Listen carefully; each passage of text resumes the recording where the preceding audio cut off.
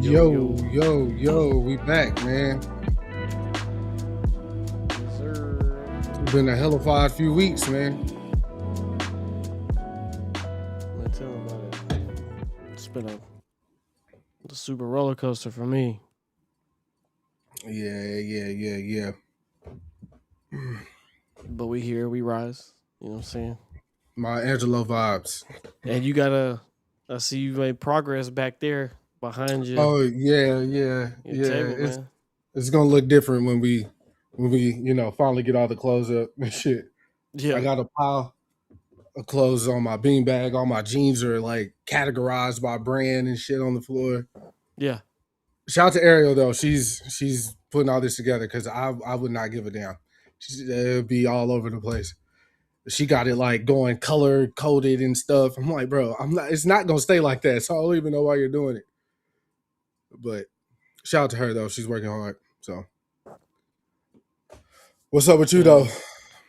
Man, just happy to do something normal again. Yeah. Been a fucking hell of a few weeks. I mean, when kids got sick, then I got sick, then Shelby got sick, and then we had a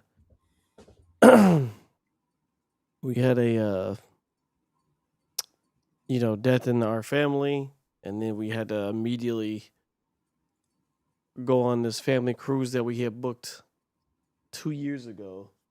Damn, I didn't know it was 2 years ago. That's crazy. Yeah, we booked the date 2 years ago. It was planned that long ago. Like Ronan was still in Shelby's belly. Wow. Whenever we planned the cruise. That's crazy. So yeah, we were planning with him in mind and everything. But yeah, so and it was obviously me and the boys' first cruise ever. Yeah. Shelby had been on plenty of them, but yeah, so we obviously pivoted and made the cruise because we went with Shelby's whole family. So we made it a celebration of life for the family member that had passed away. And it was I'm not gonna lie, it was a lot of work with 2 kids. Obviously when the cruise was planned, they weren't planning the cruise around children. So we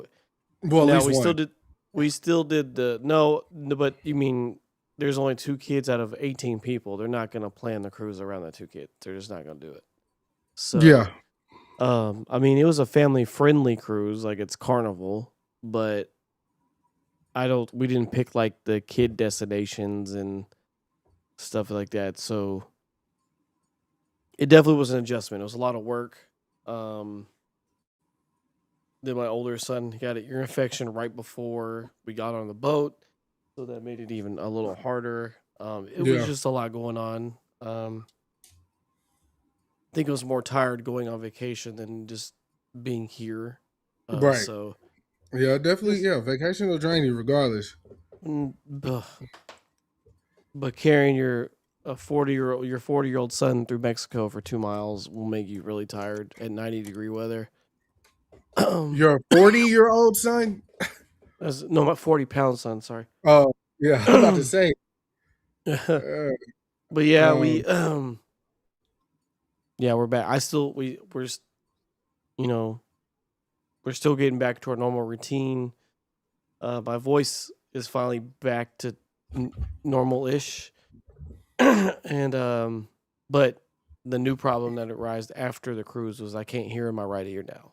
So like I don't know if crazy it was pressure or it popped, or I don't know what the fucking problem is. While you were on the cruise here in the States, that is, because Dalton was in the Gulf of America, for those who don't know. That's where he was at. He put boots on the ground out there. But while he was away on the cruise, that's when we were getting all these updates about the, how you say it? The Hantavirus.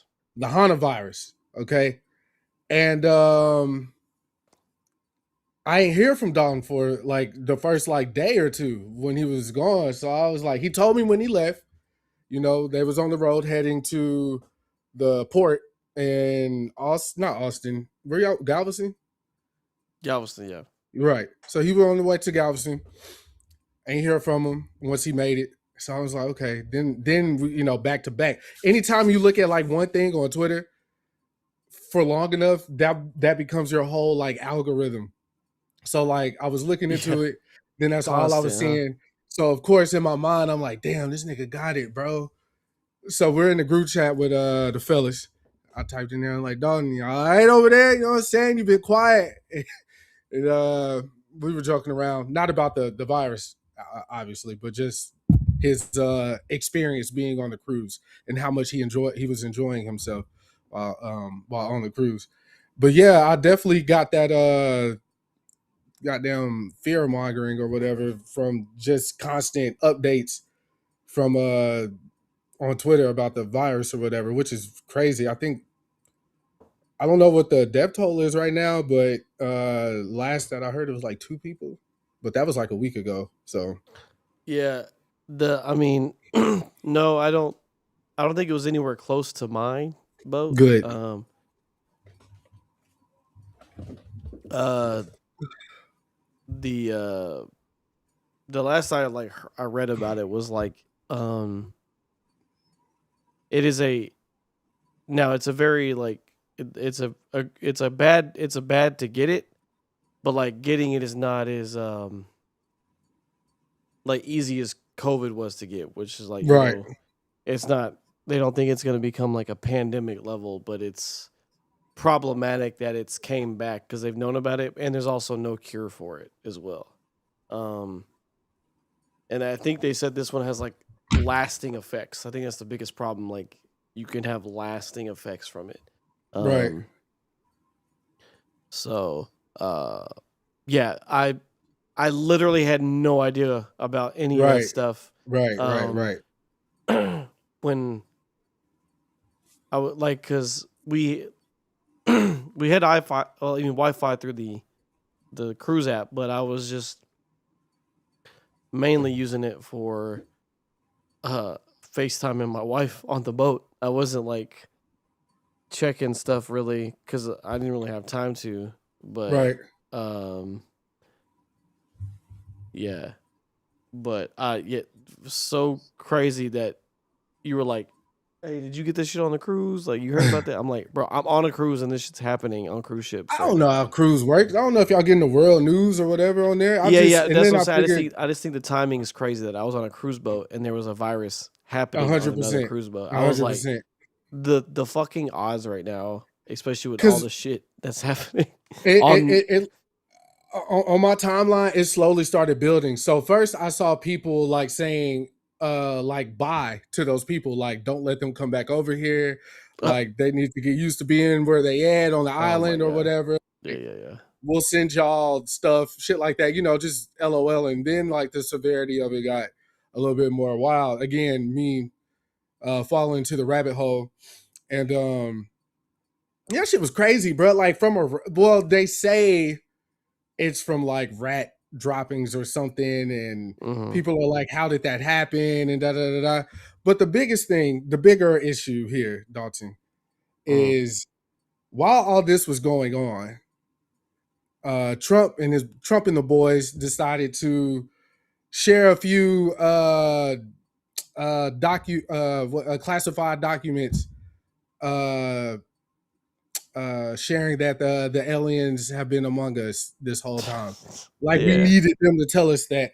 I guess if anything, it was more like, damn, how much else are y'all keeping from us type shit, or keeping from us. But they didn't really drop no real info about it, like, oh, we're probing aliens, or we talked to them or whatever. It was Yeah. like some army dudes flying. It was like, oh, what was that? Like it was a bunch of that, like Yeah. seeing hovercrafts and shit like that. Trying to think if there was anything else you might have missed as far as world news goes. Aliens was a big deal, I guess. Nope, I think Man, that's that's it. the thing. This shit's so crazy. I heard that people were like, Okay, aliens, whatever, bro. What else we got? Well, my biggest thing about the aliens is like they've been here this whole time. Then like they got to be friendly because they ain't started to like try to conduct any mass destruction.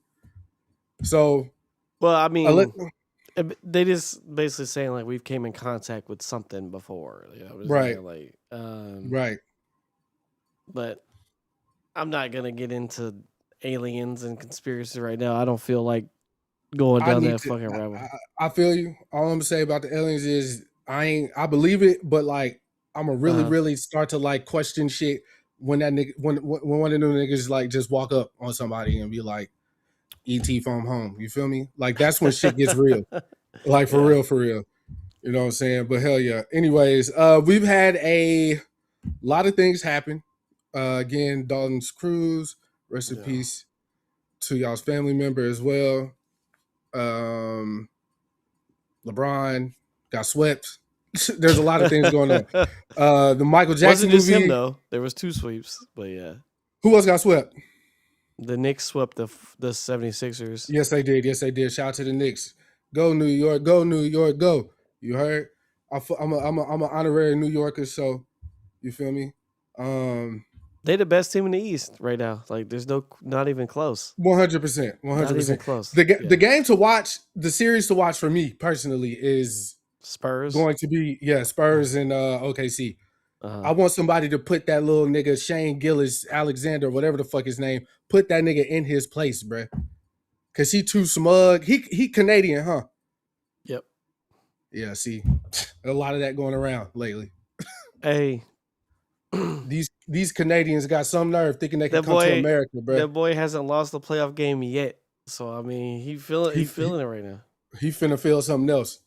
Pause. Yeah, I mean, I don't think the Spurs can beat them like in a series, but they can beat them in a game.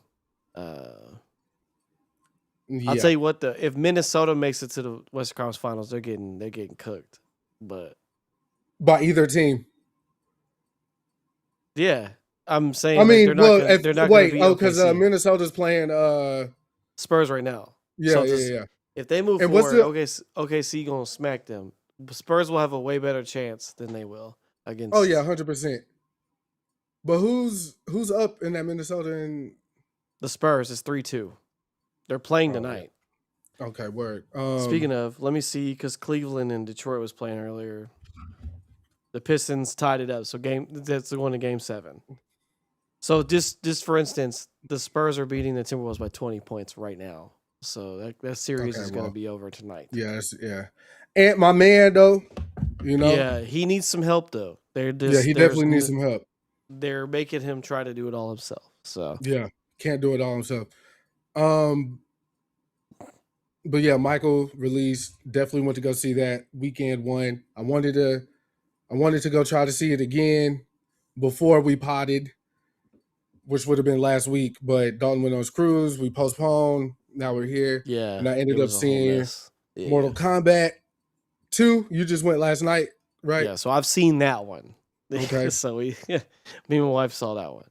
And we finally got an offering from Aubrey Drake Graham. 3 offerings. I was like, not just one. Yeah, he dropped 3 albums today. Very clever because it gets him out of his deal. Very clever. That's what they're saying, but I ain't heard no like industry people say that. I'm just hearing fans speculate that's why he did it. But we can get into that as well. Yeah, we'll get into the nitty gritty. But 3 albums though. Iceman, Maid of Honor, and I don't know how to pronounce the other one. Habiti or something. You know, it's a clusterfuck. I listened to Iceman all the way through. I made about halfway through Maid of Honor before I just cut that shit off. You turn it off. No offense. You know what I'm saying? I want people to understand something about this review that we're about to give before we get into it. So a disclaimer. We listen, we eat, we watch, and we surround ourselves around things and or people that we like, okay? It doesn't take a lot of people very long to taste something and be like, ew, this isn't for me. And you, Dalton, might love it. Like, you probably liked cooked spinach. I hate cooked spinach. I do like spinach. Okay, I'll eat raw spinach, but I hate cooked spinach. You feel me? I feel you. No but Popeye. Spinach is still spinach. You heard? So I just want people to know, because I seen the discourse on Twitter when the album dropped, like, oh, you can listen to the music and not hate Drake, or a lot of this is just hate for Drake. Y'all don't hate the music. No, brother, we hate the music. Okay, we're adults. Hate is a strong word, but yeah, there is people that thrive off like hate listening and hate watching stuff. That's a real thing. Like there are people that do that. And I'm not. That's not lost on me in any sense. Like, I know people do that. They've done it since the internet streaming and that stuff has begun. They love to hate listen. You know, it's a real thing. Hate watch. You watch a movie. People go see Marvel movies, just be like, I can't wait to go tell people how ass this is. Like, right. But you gave them your bread. Like, that's not. But people do that though. Like, or people that were seeing the DC movies just to be like, yo, this is gonna suck. I can't wait to tell people about it. Like, people do that. Like, and and we understand, but not. But on the other side, like, you can be critical of something without being hateful. That's not the same thing. Rick Ross, of all people, said something that I actually like really agree with when it comes to Drake. And it's like, we don't want to see you fail. You know what I'm saying? Oh, you're yeah, a black man. You're a black man, half white man for Dalton. So we don't want to see you fail. Yeah. But you know, we have to be critical of art, or else it holds no weight. Like, we won't be able to judge like the next best thing if we can't be critical of it. You know what I'm saying? So for me, I went in there with the hopes that 40 would be there, which he was. Track one. I would say track one on Iceman, the intro, is probably his weakest intro to date. Until the beat switch. I feel like the beat switch is when he really started getting into it. But, which was the point, I believe. But yeah, maybe. And but I was ready to, like, as soon as I was ready to say, man, this is his weakest intro, the switch got flipped. So still, you know, we did find out some things. His father has cancer right now, which is crazy. Yeah. Hope he has a speedy recovery and all that. That's probably like the biggest takeaway that I got from the intro. But as we go through the album, of course, we get a couple name drops. Khaled, he says some slick shit about ASAP. Those are like the names that he like actually said. Jay-Z as well. He said Hov in there, which him and Hov have some issues. Which I'm not mad that they have issues, because I can understand the guy who's running the Super Bowl show put your biggest enemy on stage without any stipulations. You're gonna have something to say, yeah. I understand, you know, and Hov got to understand too. Even if he ain't got no dog in the race, you know, which I don't believe Hov did. Even if it looks that way. I mean, he's been quiet as kept though. He ain't really saying much that's about true. it, but definitely spoke about Cole. Definitely spoke about Kendrick. The LeBron shit is the hypocrisy I really want to call out across the board. Okay. Everybody else is cool. Thursday night, Drake released 1 p.m. and whatever. And it ended up being titled something else on the album. Cool. He's going off though, as expected, but he mentions LeBron or something about LeBron, saying like, I shouldn't have been surprised to see you in that arena the way you've been switching team, or made a career out of switching teams up. Very good bar. I'm like, damn, that's crazy. Because first mind is like, yeah, that nigga went to Cleveland and went to Miami, then he went back to Cleveland, then he went to LA. But then it's like, bro, your best fucking friend is Kevin Durant.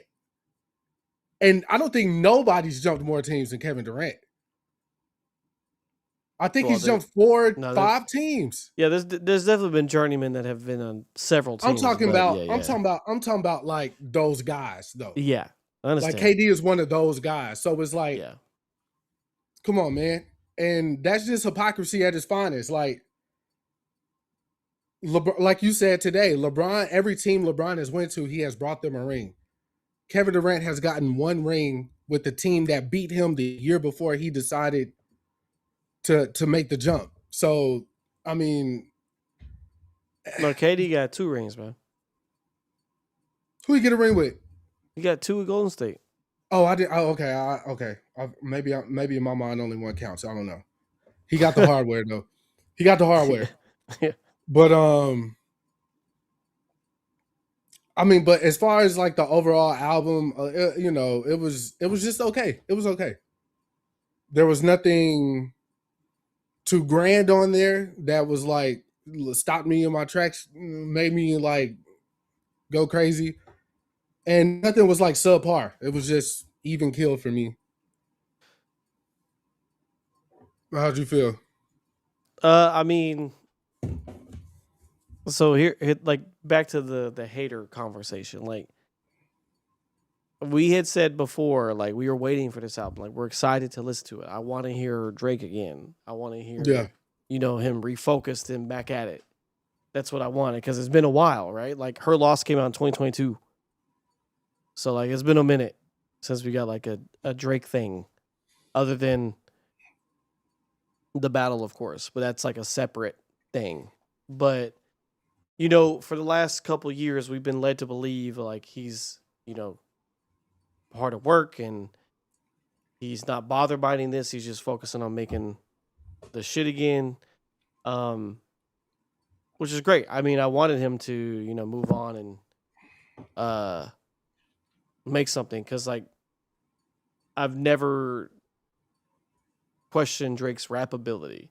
right. I was just I'm more so fond of his rap ability over his singing ability, right? Like I've said this several times. That's why I don't like Take Care like everybody else because it's too much singing on there for my taste. Which Too much crooning. But I never said like that album sucks or I don't understand what people see in it. I'm just like as my personal preference, I'd rather hear Drake rap because Drake can rap really well. And it's not lost on me how important Drake is to the game. So him being out is important. I mean, he dropped 3 albums and it crashed all the streaming sites for the first 30 minutes or so. Like it was like chaos the first 30 minutes. I've liked the rollout of this album with all the stuff he's been doing with the ice blocks and making people like find the envelope with the date. Like all that stuff has been cool, right? And then like us finding out there's 2 extra albums, that was a cool thing. And I was like, oh, I get more that I can like. And I was like, maybe one of these is the one that I like. But that's the thing. I was like, maybe that like the point was one of these is like what he really somebody wanted to make. Yeah, or yeah, like yeah, what yeah. like there's 3 different feels like what he was been doing because I mean he's been off for a while. It is 3 different fields. It is though, right? Now kind of like what you said, like I didn't come into this to hate listen or I had nothing about the beef in my mind about this album. I just really wanted to hear a Drake rapping album. Did he rap? Yes, but my biggest thing was like kind of like you. I didn't hate anything. Like I wasn't sitting there like, man, this shit is fucking ass. I was just kind of like, this shit kind of just exists. That's kind of in my mind. It was nothing was blowing my mind, but nothing was like offending me either. I was just kind of like, I think I was just wanted certain things, and I don't think I got into much of that. I mean, I do like shit talking Drake, but I don't need every song to be a response to something because you've told me for 2 years how much you don't care and how like this has not affected your life in any sort of way. The people around Drake did a lot of talking for him in his quote unquote absence, which that is a narrative we need to nip in the bud, in my personal opinion, because Drake immediately released music that same year as the battle. Yeah. Rather, it was.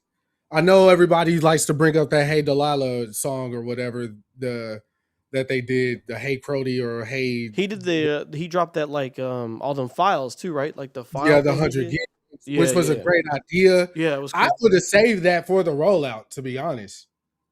Mm. Like, I would have saved that for now, like, Yeah, I mean, they kind of. I mean, I still think it because was cool. It was like a it was super cool. separate from the I didn't watch it. I seen a couple clips, but yeah. I would have said just as like, yo, this is the guy that you love. You know what I'm saying? Y'all grew up with me. I grew up with y'all. Like, eh, for him to put it out then, it was a little early, in my opinion. But yeah, I don't know, bro. Like, I don't know. It's weird. Like the people that we hold at high regard as far as the rappers that are like pop, like just very popular, whether it's Kanye, Drake, Cole,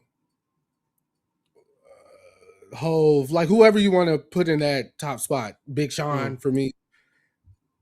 It's like even Cuddy for me. Cuddy is like, Cuddy's my man. And like something But happens. Cuddy ain't been that man in a long time. Yeah, But right. In a long time. Like he's done songs here and there that I like I rallied behind. But it's like the work isn't the same. And of course, people grow, they change. So the circumstances, change. Yeah. But like, I can't say that about Wale. Wale has consistently been good. Like, his first 2 albums might have been his shakiest, maybe first 3. But like, once he found his like niche, like Lotus Flower Bomb time, he was like, to me, regardless of how I feel about him as a person at times, I get he's passionate, but it's almost like you haven't done anything to be this irate about shit. Like we gave Kanye the pass because like he's shown and proved like I am a phenomenal artist. And I just didn't feel like at a certain point Wale has that reached came with the that. packaging was his antics. Yeah. Right. But I just don't feel like Wale has at a certain point he didn't garner that type of respect. But now as a mature adult looking back, realizing like, yo, he's actually been consistent for a very long time on making quality albums, quality music. Especially this last album, a lot of people have been like singing his praises. But he's not getting the same look as a Cole or of course not. Yeah. or Drake, which is, I mean, they all came in at the same time, which is kind of crazy. But I mean, people get drafted the same year as LeBron James. I that's mean, it is true. what it is. That's So, true. And like yeah. it's not like they didn't have a good NBA career. It's just you're Right. not LeBron James. Like, Right. But that's Something just the happens, but I'm gonna finish with something happens with these top guys where the music, the hunger, the experimental creativity. Let me try something different if it doesn't work, or let me fine tune this or whatever. That just went out of the window for like a lot of my faves, and it's crazy. But on the second hand, just to play devil's advocate, it also shows that shit's just not that easy though. Yeah, it's very Like, difficult. Like I think we sometimes get spoiled by the artists that are so good that can do that. Like Kanye's albums are all different, and but that's Kanye though, right? Like, I mean, you did know what you were gonna get when he announced something or like a single came out. Like your single being Jesus Walks, and then nothing else on that album sounds like Jesus Walks. You know what I mean? Right. Like, and then Late Registration, you're like, holy shit! Like this is a way step up in all quality levels.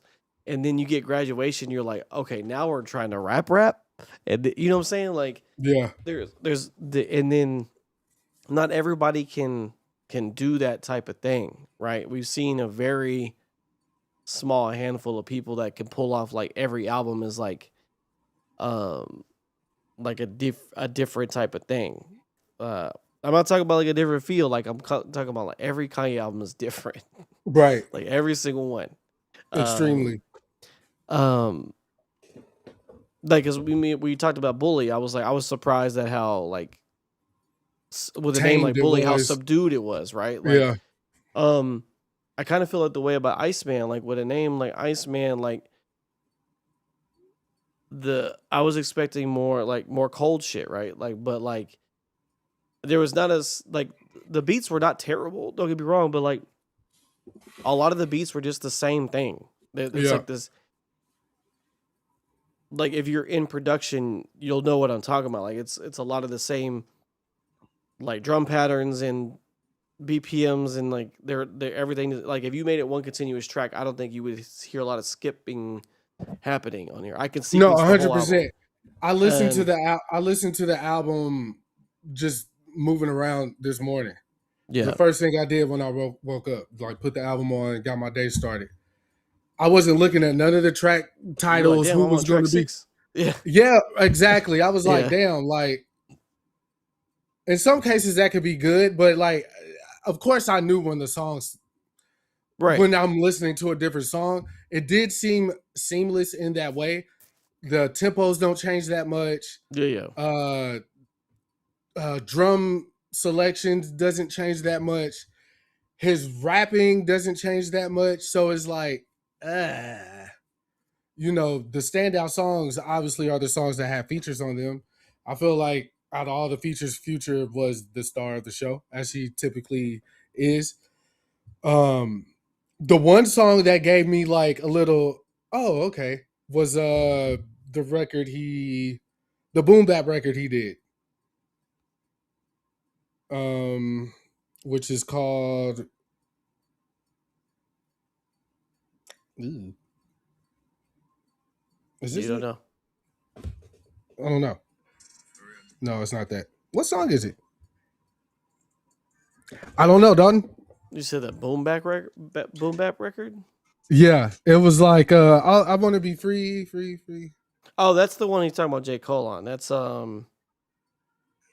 yeah, that's Make Them Pay. Okay, Yeah. I like that one. That was like, okay, we in a different bag right now. So Yeah, I, that was a good song. That was a good song. Even with the J. Cole thing, I was like, that's a good record, right? Like, but I was saying, I don't think there's any records I was like, yo, turn this shit off. Like, I didn't say that once. right. Um, If you listen to Maid of Honor, you will definitely say that. I listened to all 100%. three, Chris. So like, Oh, so you didn't feel that way about Maid of Honor? that's my least favorite of all three of them, for sure. But like, I didn't turn it off like you. I let it finish. Turn that shit right off. Will I return to it? Probably not. But like, yeah, I'm not. Yeah. I wanted to hear everything, right? I wanted to be fair and hear everything. And you know, the one thing I say about Drake is he knows his core fan base and like the people that because like they're already doing it right now. Like this is the best shit that's ever happened. You know what I'm saying? Like they're really forcing it. Which if on hey, like what you like, right? Like I can't fault you. Like I'm not gonna listen to anything I don't like, right? So I wouldn't have bothered with this if I wasn't, even willing to listen to Drake, right? Like I told Chris earlier, like prime example, I'm not a Chris Brown fan. Never been. You can ask me from the beginning of time. Anybody knows me, they know I'm not a Chris Brown fan for multiple reasons. But I've never said he wasn't talented, but I'm not going to listen to his new album because I'm not there's no reason for me to I'm not a Chris Brown fan. However, I don't think it warranted a 1.3. Pitchfork is anti-black. We know this. But not even that, because like Pitchfork is like they're very performative in their reviews. Yes, absolutely. Like they will give Ice Spice, which to each his own, but Ice Spice having a higher rating than Chris Brown is kind of crazy. Yeah, I mean that's what I'm saying. Like there's no even not as a Chris Brown fan, I know the album's at a 1.3. You know how bad you gotta on be that album, man.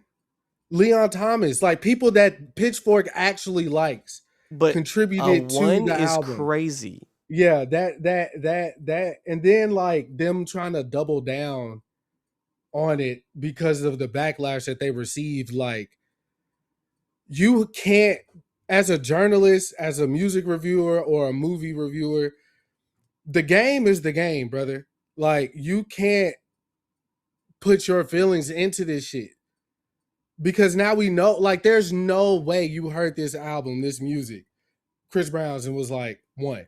I'm not giving Iceman. I'll probably give Iceman out of 10. I give it like a 5.5, 6. Yeah, you're not giving it a 1. There's no way, right? But that Made of Honor shit. Yeah. It's a 1? I'm giving it a 1.5. what did they give Chris Brown? I'm giving him 1.3 or some stupid shit like that. Let me tell you why though. Yeah. Gordo is a producer. He did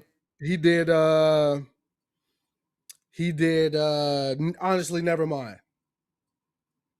Which there's some, so obviously I like Sticky. It's probably my favorite song I like Massive.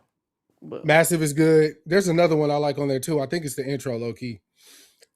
But he was talking so crazy during the battle. Yeah. And like, he's like Drake's biggest champion. Like, he's like, oh, wait till y'all hear the new shit we doing. And it's just crazy.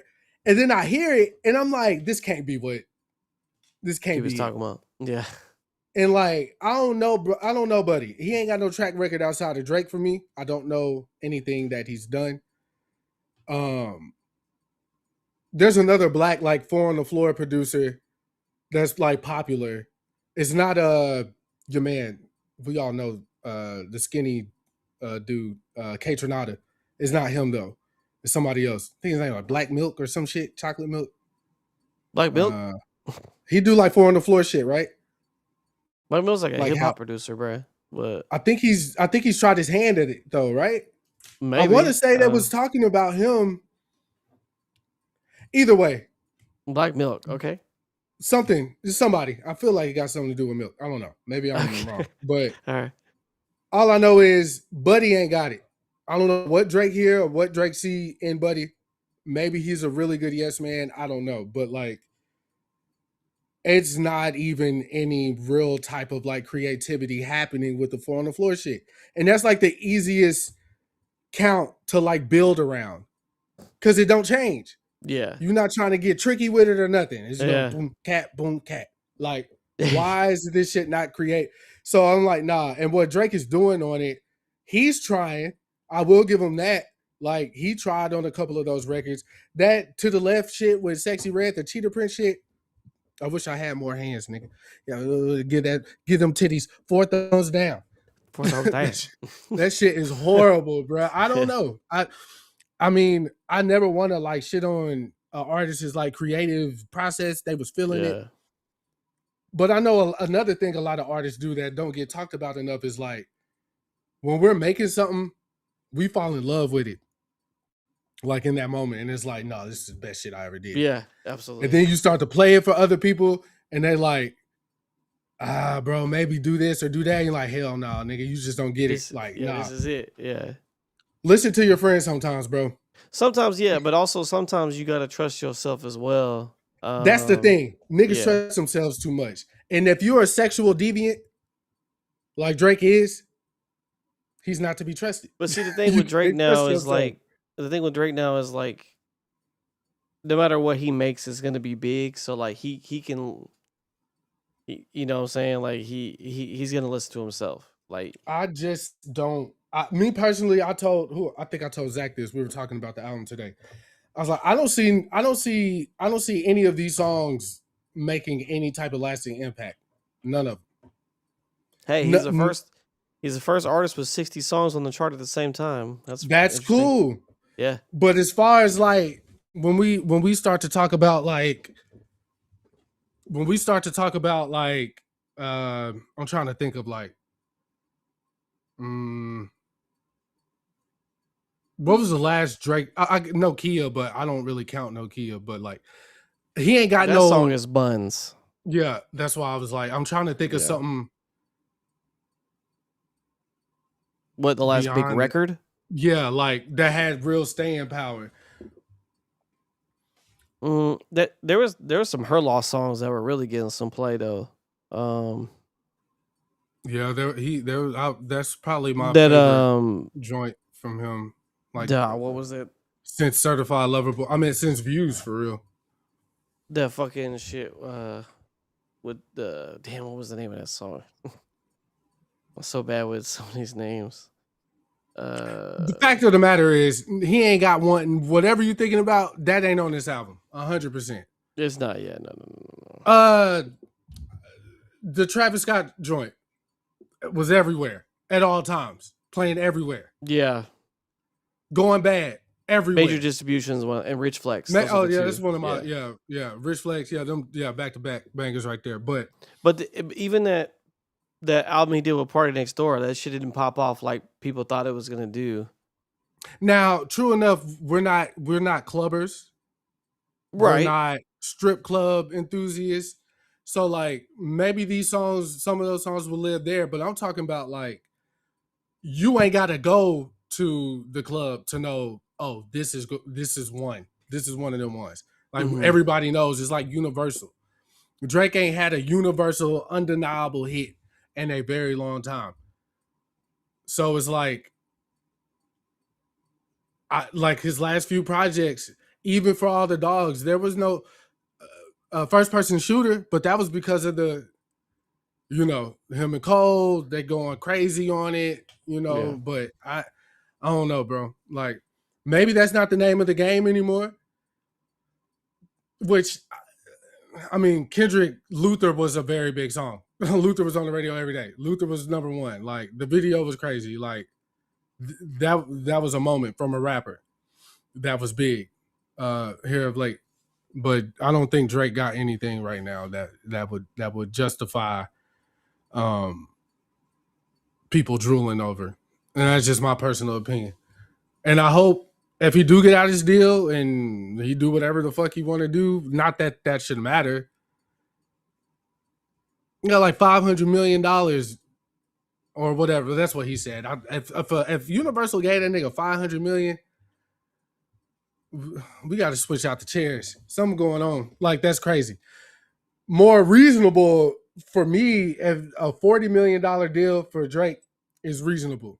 He'll recoup that in, let's say, 5-6 albums, which, if we're counting for All the Dogs, but 40 million? Honestly, never mind. He recouped that already. I was like, he'll recoup that immediately. What are you talking about?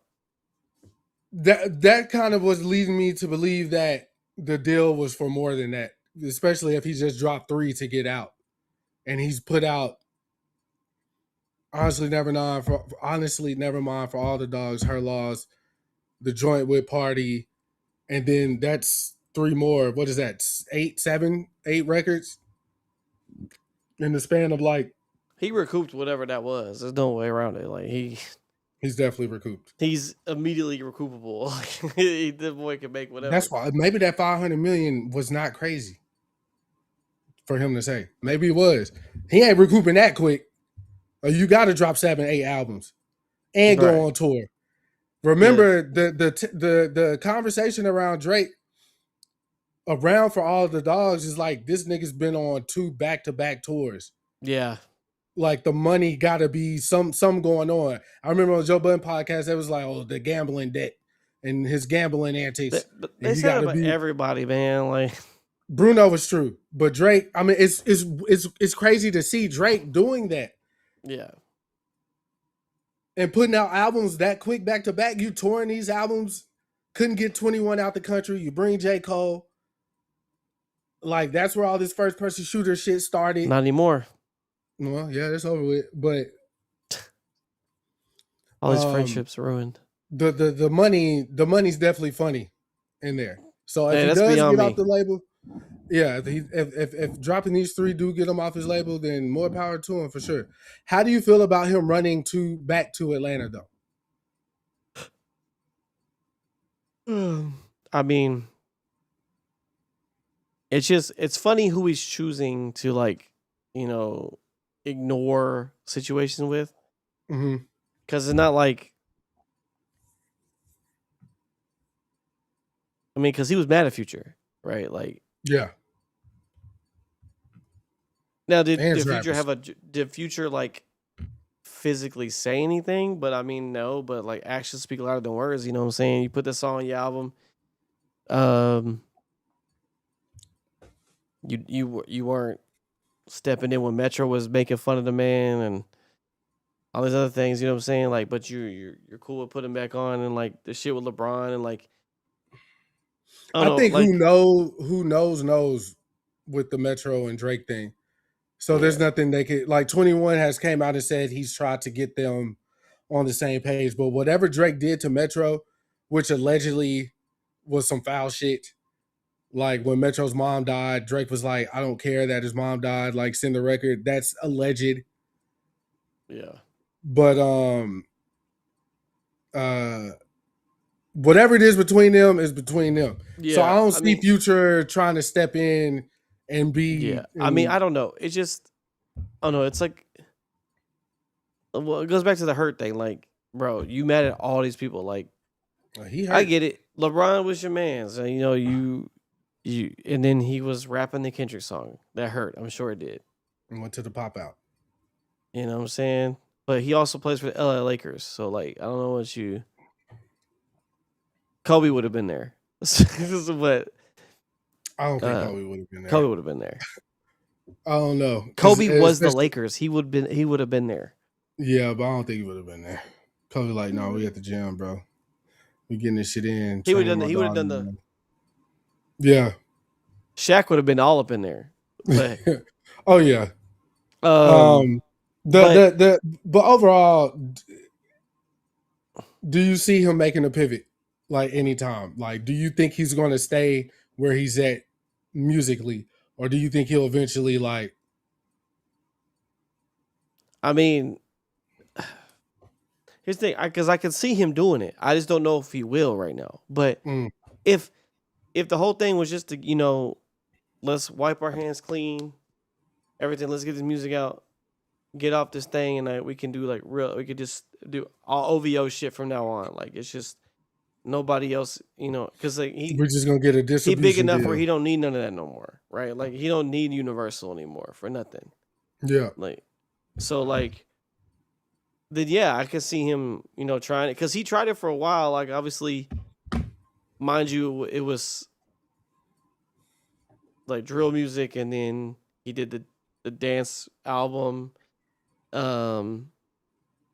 You know what I'm saying? He's tried different stuff before. Obviously, the full Atlanta music, that's kind of where he's teetering around most of the time. But yeah, like I told you I was like, man, like, I think it would be really cool for him to do like just a hip hop album. I think that would like really surprise a lot of people. Because like, while I don't question his rap ability, and I think that would like really silence a lot of the people that are like, you only do one thing, right? You know what I'm saying, like, if you made like a real hip hop album, you eliminate the ghostwriter talk, and you're just like, no, this is all me.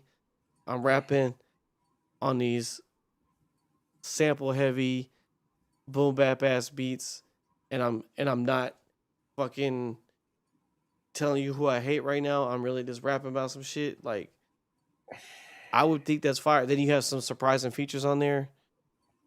Like, while I am glad that he found his own type of flow, that whole spoken word, which obviously has been stage, emulated by a lot of people, but yeah, it's hang it up, bro. It's over for that now. The spoken word, run on sentence rap is like it's just his like it's his one trick. Like, and I know you can do other stuff because I've seen it. I was there. Yeah. So it's like, I'm not saying, I'm glad you made your own style though. But it's working. I mean, shit, sometimes, you know, I had to remind my parents of this. You know, this house is 32, 33 years old. The stairs wasn't creaking when y'all first bought this bitch. But over time, they started creaking. Okay? That's life. Sometimes shit gets in. It buckles under the weight. That's what this flow is doing for me. I'm tired of hearing it. And again, on this album, that has been his. That Yeah, is it doesn't stop. Yeah. it's a continuous thing. But we can talk about this shit all day, bruh. Good. Yeah. But before we pivot, I do want to like shout out to Lucky, man. Uh not the Lucky that we know, the rapper. Well, they're both rappers, but Lucky. He Yeah. dropped his album same day as Drake. Drugs Are Bad. No, not a lot of people are not talking about that on the timeline, but I listened to that album in its entirety. I fuck with the album. This is the first album by him that I listened to all the way through. I Really? usually Okay. just find songs that I like, which I Mm-hmm. have a few that I like, but I listen to it all the way. He's such a good artist. You could definitely tell he is a student of the game. As lame as Yeah. that sounds, you can definitely tell. And He's very charismatic too. Like yeah, I I like his really fuck interviews a with lot. this Yeah. album, bro. Yeah. I really do. I think So AZ dropped too, right? who? AZ. I think he Yes, dropped he something too. did. Yeah. Yeah, Yeah. yeah, yeah. Az dropped as well. Yep. I want to say Obviously, I couldn't. Giveon too. Really? Okay. I believe so. Well, I got some shit to listen to because I had to listen to 3 Drake albums today. So, Yeah, it takes me a lot of time. I'm definitely listening to AZ shit though. It's been a while since I've heard like just pure raps. So like, Yeah, Beloved Act 2, Giveon. oh cool. I fucks with Giveon too. I know a lot of people aren't keen on him, but I like Giveon. Yeah, he dope. Scumbag. Like myself. Kalani's on the album. Leon Thomas, Sasha Cabell. I don't know how to say it. Just Teddy Swims. very R&B. Yep. That's it. He only got 3 Yeah. features, 19 songs, 56 minutes. Sweet, short and sweet. I believe it's like a additional. I think it's a deluxe for real, but I'm not sure. I gotta do a little bit more research. But we can switch gears right quick to our movies of the week. Right. Which one you want to do? Mortal Kombat, since we both seen it, or you want me to get Michael out of the way? You got to get Michael out the way because we gonna talk for a while for Mortal Kombat. I'm sure because I know you're gonna be excited about that. Michael too. Which I got. Look, man, I got Mortal Kombat highlights on behind me. I want to start by saying Michael Jackson for pretty much every generation, but I want to probably end on our generation. Okay. Because that I can actually speak to. I was talking to Khalil about this. Nobody introduced me to Michael Jackson as a child. I feel like you can attest to that. Like, I feel like you just saw it or heard it, and you were instantly hooked. It was just there. Which is crazy because that's never happened before or after with another artist, where I could just.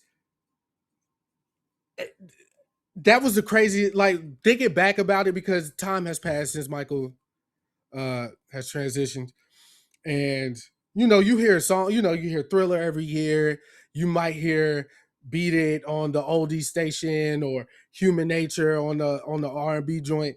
But, like, this movie has, like, resurfaced everything. Yeah. And, like, looking at everything with my adult eyes, listening to everything with my adult ears, Michael Jackson might truly be an angel, bro. Like, he really might be like God's gift to this world. And I hope I'm not being blasphemous when I say that. But again, to some people, you definitely are right now. That natural attraction as children, it is crazy. I know the allegations, everything, but I really want you to walk with me, bro. All right, I'll as say a that. kid, we trying to moonwalk. I didn't have no Michael Jackson. I didn't have no glove. I didn't have no jacket. I didn't have the glitter socks. Nothing, bruh. Like, I was a fucking fan trying to dance like this man. You feel me? And then you go back whenever, YouTube becomes a thing, or you watching VH1 or whatever, you see him as a child with his brothers. And then we get the American Dream movie. that is a lot of people's favorite adaptation of the Jacksons and Michael's life. It's been like a breath of fresh air, like a new life thing happening, like rediscovering all this Michael Jackson stuff. And it made me a fan all over again. So going to see the movie, I went with my family, and Ariana as well. We went Saturday. The movie came out Thursday, of course. And one of the reasons why I wanted to watch it again is because I just sat there as a critic and watched the movie, like analyzing scene for scene. Like there was a few moments where I like smiled. There was even a moment where I teared up. No lie, watching this movie. And everybody did a phenomenal job. Nia Long, our man's Coleman Domingo. I remember when we found out that Coleman Domingo was going to play Joe. Because we talked about it on the podcast when we were still in the office. And now that's how long this movie has been in production. Yeah. Before we even knew who Mike was, we knew Coleman Domingo was signed up to play Joe.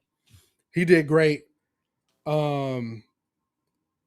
Of course, there was a lot of controversy within the family. Like Janet wasn't supporting the movie. His daughter Paris wasn't supporting the movie for their own reasons, and that's their right. I mean, this is brother and daughter, or sister and daughter. So, of course, but little Michael, the kid who played Michael Jackson, young Michael, was absolutely phenomenal.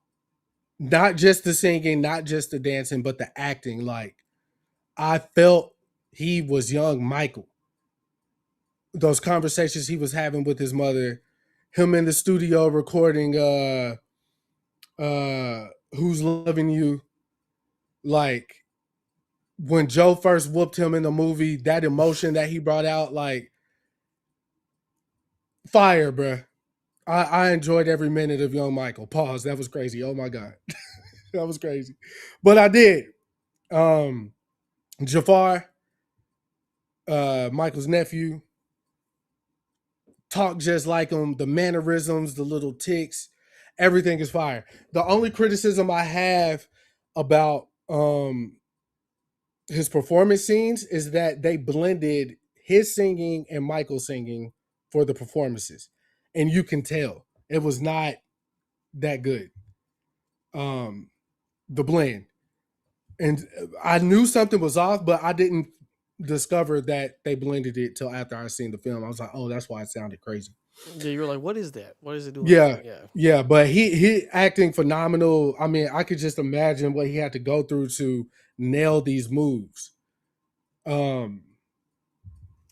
We get a lot of explanations about the vitiligo, why he was fascinated with animals and shit like that. His Peter Pan obsession. Not only that, though, while we didn't talk about, the film didn't talk about like James Brown and damn, there's another guy from back in the day. I can't call his name. Damn. Hold on, bro.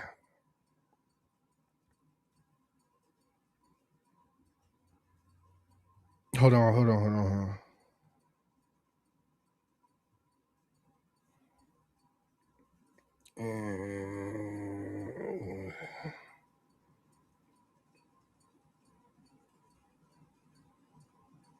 Come on, bro. Diana Raw. Jackie Wilson. Oh, okay. While we didn't get a lot of, like, he was watching James on TV one night, but Fred Astaire was somebody that he really, really, really looked up to. His concept for Smooth Criminal came from Fred Astaire. The choreography sequences and shit like that. But like, it was good, bro. I enjoyed the film.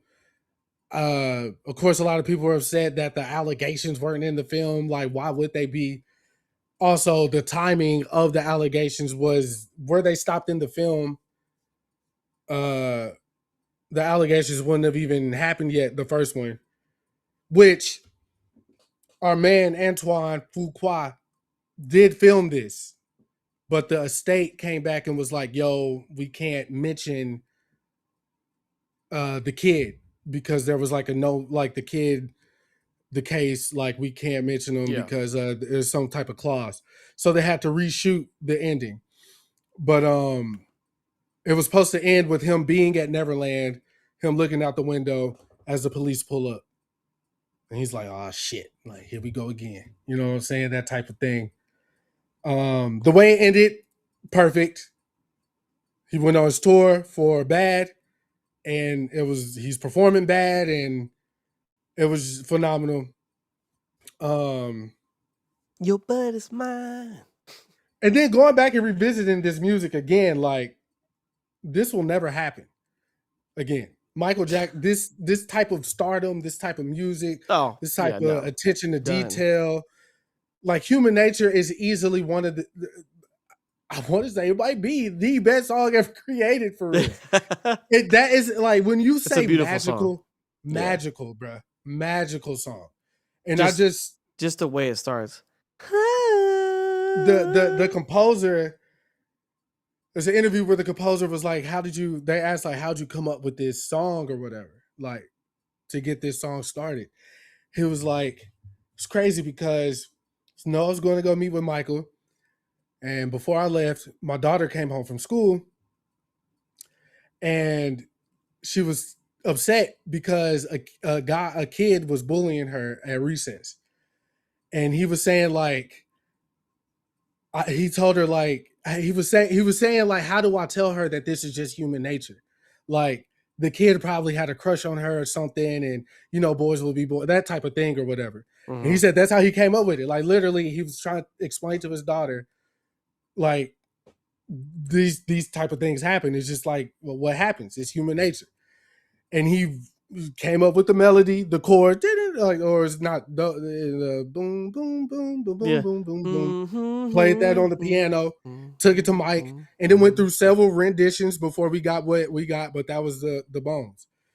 But quite that was a magical. It's a magical song, bro. Like he has a lot of magical records though. He does. But it's crazy. I remember the first time I heard Free Willy, bro. Oh yeah. Hold me. They don't really care about us. Remember the time, like the ones that are the one, even Liberian Girl, like the ones that are the ones, are the ones for a reason. I think Smooth Criminal might be my favorite Michael Jackson song. Really? It might be. It's definitely it's that Beat It. Remember the Time. I think Human Nature. I want to say Smooth Criminal though. Really? Yeah. I mean, the Lean, bro. The video, everything about it. The Lean. No, his video game was insane though. That's just because the Billie Jean video still gets me hyped with the little light panels. That shit still get me hyped. Yeah. Billie Jean hard. The Smooth Criminal got the backstory about that. The Jacksons. The Lean was the shoes though. He had like the shoe thing. Yeah, the thing. Yeah, but the Annie, Are You Okay? Is the Jacksons had CPR lessons, and the doll's name is Annie. So like when you're breathing into, like when you're pumping, you're supposed to say, "Are you Annie? Are you okay? Are you okay? Are you okay, Annie? Okay, Annie?" Yeah. And the nigga took that. He was like, and made it. It's I got it. It is like when I found that out. The Jacksons didn't tell that story. Yeah, like it was the nigga that was in the room during the CPR lessons. This is where Mike got that from, because the Jacksons got CPR lessons. I was blown away. There's not that level of creativity going on right now. It definitely ain't going on for Drake. I can tell you that right now. I mean, I could give you a similar story about Kurt Cobain, actually, from Nirvana. So you know the record from Batman, the something about the way. The dude who produced that record, Kurt Cobain, was laying on the studio floor just playing a guitar, literally laying flat, and he was whispering that song. He was just like with that low tone, like something, but with no music. So the producer was like, "No, turn the mic on." Yeah. And he pulled the mic all the way down, and he sang that song on his back, just laying down. Something which is why it sounds that way. Yeah. So the first reference track was him laying on his back, and that's what they got the vibe for that record. So shit like that is always fascinating to me because you're like, how did they get to this point? But like that's what separates the giants from the the boys from the men. Because because my favorite, like, crazy enough, my favorite Michael Jackson record is Butterflies. Yeah. Because the reason being, and shout out to Marsha Ambrosia because she wrote the song, but like the reason being is because like I felt like he made that record like because people don't talk about Invincible like the album. Right. Because of the controversy and shit at the time. Yeah, but the label drama. You Rock My World's on that album, so like, come on, bro. Yeah. But Butterflies was like that record that was like, oh, y'all thought I still didn't, I can't sing for real. Yeah. And boy, did he. Yeah. Because, you know, a lot of the other records, like he's singing, but like he's doing all the doing pop his, shit. His bravado, yeah. But that was like pure vocals in Butterflies. Because just the whole, he was hitting runs, he was doing some crazy shit. That's just a beautiful record. Like, and shout out to him for leaving Marsha like on the record too. That was big because she wasn't. I mean, I'm sure she was known in the game, but her voice wasn't like that because she was, a songwriter. Yeah, besides poetry, you know what I mean. So like that was big for him to leave her on the record. And me and Khalil were even talking about the 30th anniversary thing he did. When Chris Tucker came out and Michael Jackson, or not Michael Jackson, Usher and Whitney and Shaggy and all them came out. He was singing the whole time. Yeah. The whole time. And it's crazy. Because, again, niggas like, Mike ain't got it, man. You know what I'm saying? But that boy bad. He's bad to the bone. But he literally from top to bottom, like, we're going to take out the secondary shit right now, but like from top to bottom, like he could perform his ass off. He could dance his ass off. He didn't play about his music like either. Like he was like, he wasn't about to put out no bullshit. Like he wasn't about that type of shit. Yeah. Everything. His video production, like I think that was like, he was doing like movie budget videos. Like it was like crazy. Spike Lee directed videos. Martin Scorsese directed videos. Was it Remember the Time like the most expensive video at the time? Because like it was like there was you have Eddie Murphy and that motherfucker. Like you just Spike Lee did that one.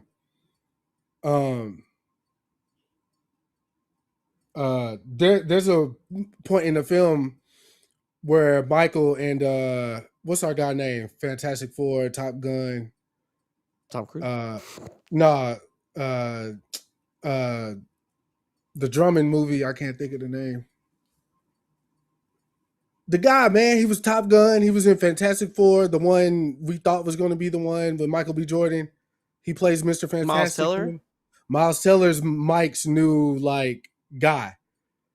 In the movie? He actually, yeah. Okay. And that's who he plays, like Mike's, like, money guy.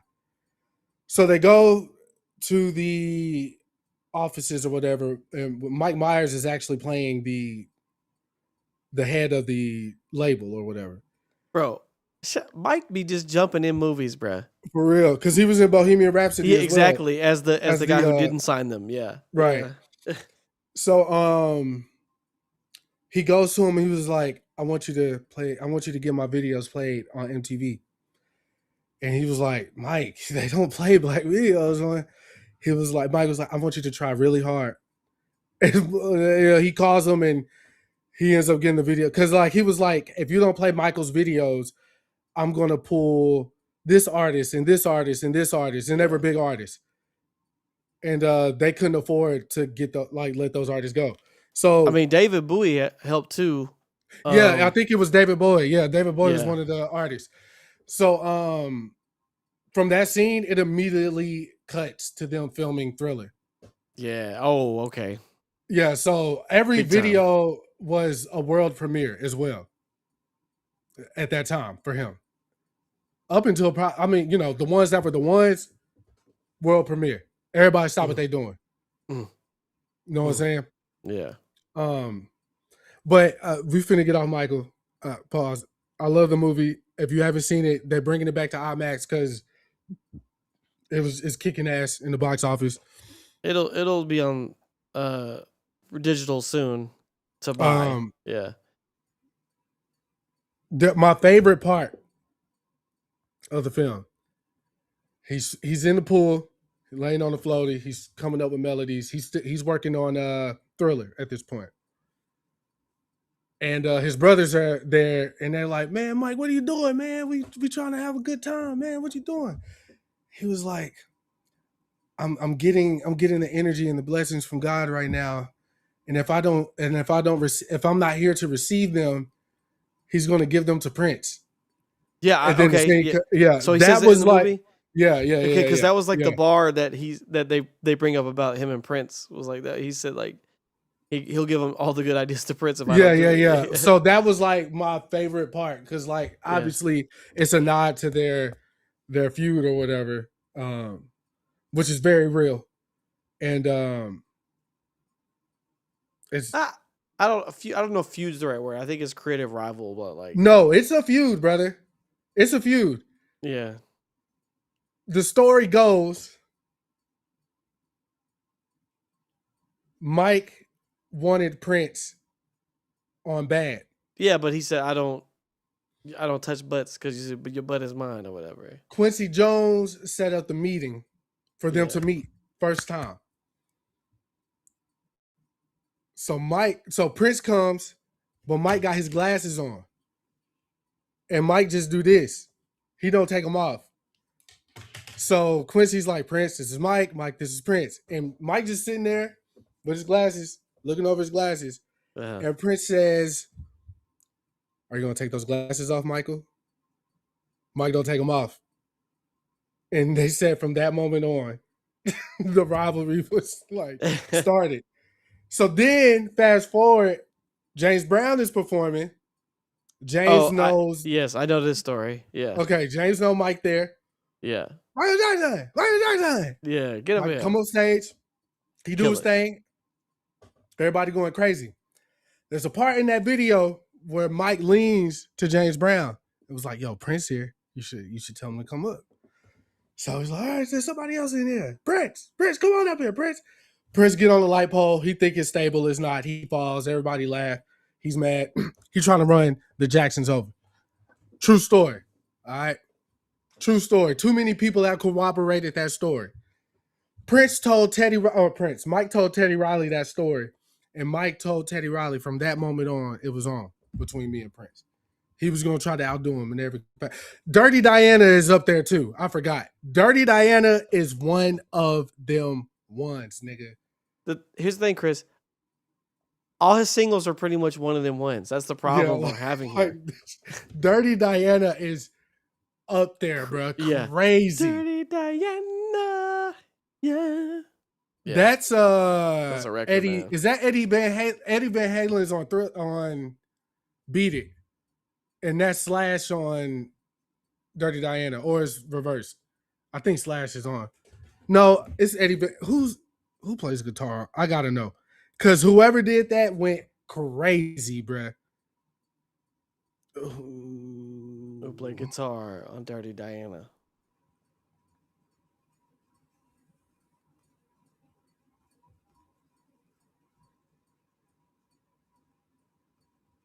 She likes the boys in the band. She knows when they're in town.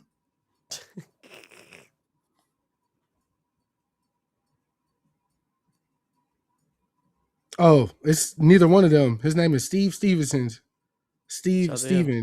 who is best known as Billy Idol's longtime guitarist. Oh, okay. He's okay for Billy Idol. Nice. Oh, he's the spiritual successor to Eddie Van Halen. Wait, they recruited Stevens as a spiritual successor to Eddie Van Halen's work on Beat It. So, yeah, that's a rock song. Like that ain't R&B, that ain't pop. That is completely rock. Crazy. Mike's the man, dog. Rest in peace to the guy. There'll never be another. I think you muted, bro. Nah, I'm here. Your sound went off. Did I touch something? I'm here. Can you can't hear me?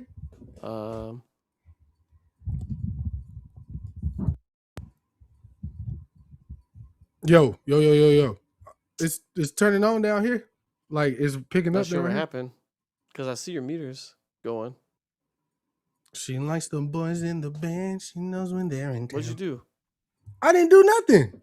You saw me, bruh. I need to unplug it, plug it back in.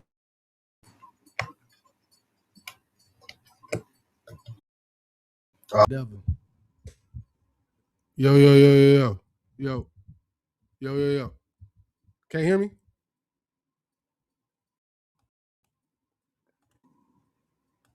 Yo. I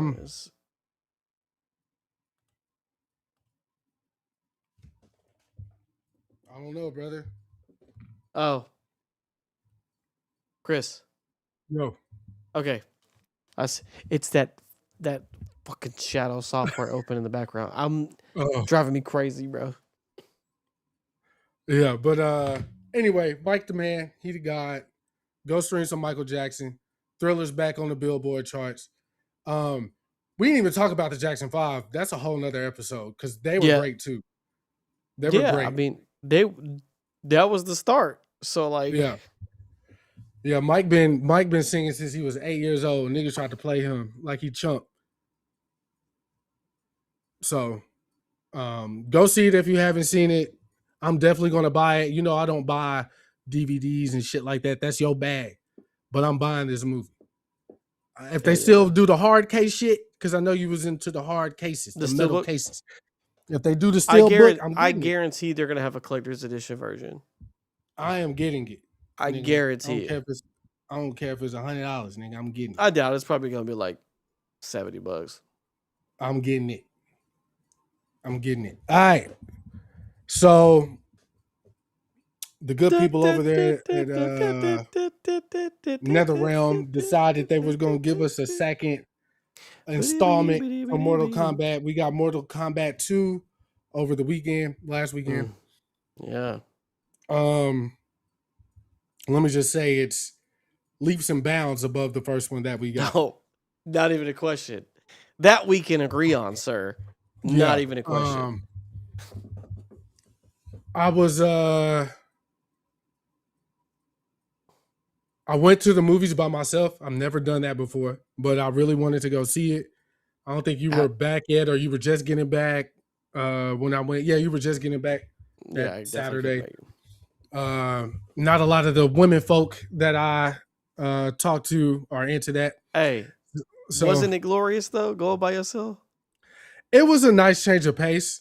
Man, I love it. It was that shit fire. Definitely kept me more engaged, I would say. Yeah. But I was telling Dalton my experience in the theater. It was a smaller theater. I got the one. I think I went at 10:15. I wouldn't have been able to make the 8 o'clock show, and I was just getting off work. But people in the audience were actually being audible. Like they were gasping and like laughing and cheering and shit. And I was like, I haven't. Yeah, same with my screening too. Seen that since like fucking a Marvel film where people were actually like into the film. So that's a great sign that the audience actually enjoys what they're watching. And I did too. Obviously, Mortal Kombat came up on it. Obviously, Sega, Nintendo, all that shit. And like Mortal Kombat is like one of Chris's things. Like as far as video games go, like that's. Yeah, I'm going to buy it every time it comes out. There's two games I know Chris will play. It's Mortal Kombat and Zelda. That's the two I know Chris will play. I'm actually playing Zelda Ocarina in Time again right now. I just beat Goron City today. Okay, that part. So Chris will play Mortal Kombat and Zelda. Those are two that I know he'll play for sure. But as far as like characters go, Dalton kind of pointed this out. I really wasn't paying attention to it until he mentioned it. But Sonya was underplayed in the film, but she did get her fight was dope. She fought Sindel. I fucked with that. It was a good fight. Then we got Johnny versus Katana, which he got his ass kicked. We'll get into all that, but just but yeah, if you didn't see the one that came out during the pandemic, they remade it for like, but they had tried to make it like a more original story that wasn't really based on the games. Mm-hmm. They introduced a new character that I would say pretty much was universally hated in Cole Young. Mm-hmm. They had this theme of Arcana, which basically you tap into your inner power, and like everybody's power is different. So Liu Kang's is fire, Sub-Zero's ice, Kano has the laser eye, and Cole's was basically he would turn into essentially an armadillo and absorb impact, and he can release it kind of like the Black Panther suit, essentially. Mm-hmm. But universally, I wouldn't say the movie was universally hated, but people did not like Cole Young. I can tell you that. Mm-hmm. But the movie did well enough to get a sequel greenlit. Which brings us to this one. Generally, I would say if a filmmaker only like listens to fans and doesn't do like creative input, that can cause for like sometimes a shitty movie because they're doing too much fan service. However, in this case, on this movie, I would say it works 100% for the film because I feel like they took every note that the Mortal Kombat fans were telling them about the first film and they corrected it.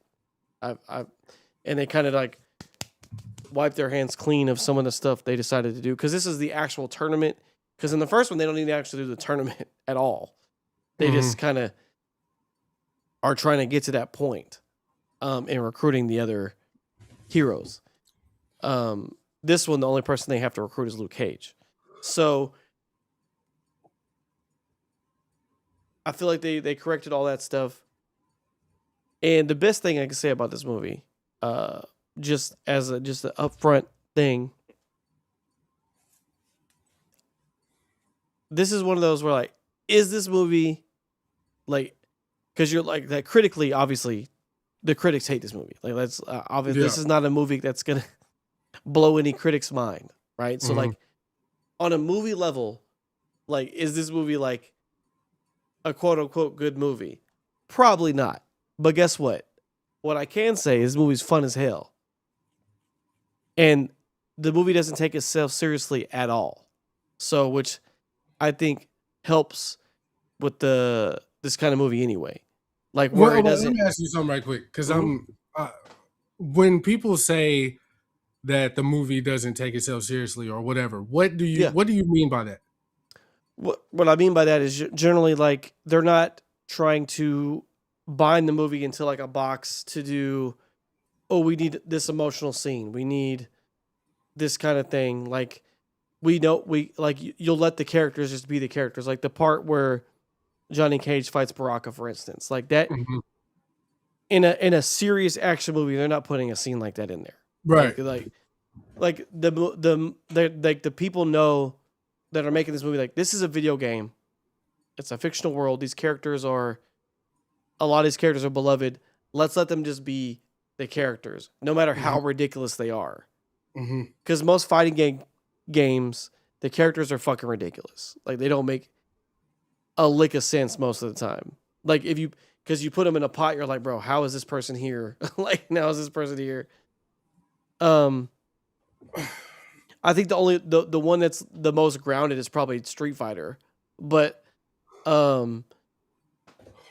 But that's what I mean by doesn't take itself too seriously. Like they're allowing themselves to have fun and not be trying to be like, oh, this is gonna win this award or like this is gonna make so much money or whatever, right? You know what I'm saying? Like they're not holding themselves to any kind of cinematic standard. They're just making a Mortal Kombat movie.